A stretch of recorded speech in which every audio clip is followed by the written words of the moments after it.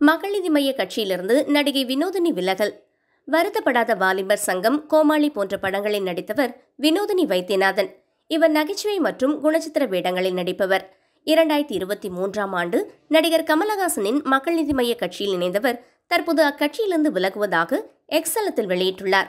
மிகுந்த வருத்தத்துடன் வெளியேறுகிறேன். அரசியல் என்பது பெரிய கடல். ஆனால் என்னிடம் எண்ணமும் சிந்தனையும் மட்டுமே இருக்கிறது என்பதை காலம் கடந்து புரிந்திருக்கிறேன். கட்சி எடுத்த பல நிலைப்பாடுகளிலும் நான் கேள்வி கேட்டிருக்கிறேன். பெருந்தன்மையோடு எனக்கு புரிய வைத்திருக்கின்றனர். யாருக்கும் கிடைக்காத அரிய வாய்ப்பு கிடைத்தது. கமலஹாசனை நேருக்கு நேராக கேள்வி கேட்கும் வாய்ப்பு கிடைத்தது. ஆனால் அவற்றையெல்லாம் நான் பயன்படுத்திக் கொள்ளவில்லை என்பதுதான் உண்மை. கமலஹாசன் போன்ற ஒரு மகத்தான தலைவனை தமிழ்நாடு மட்டுமல்ல, நானும் கூட தவற விட்டுவிட்டேன். கட்சியின் கடமையை தட்டுக்கழிக்கும் சோம்பேறியாகிவிட்டேன். இதை ஒத்துக்கொள்வதில் தவறில்லை என்று கூறியுள்ளார்.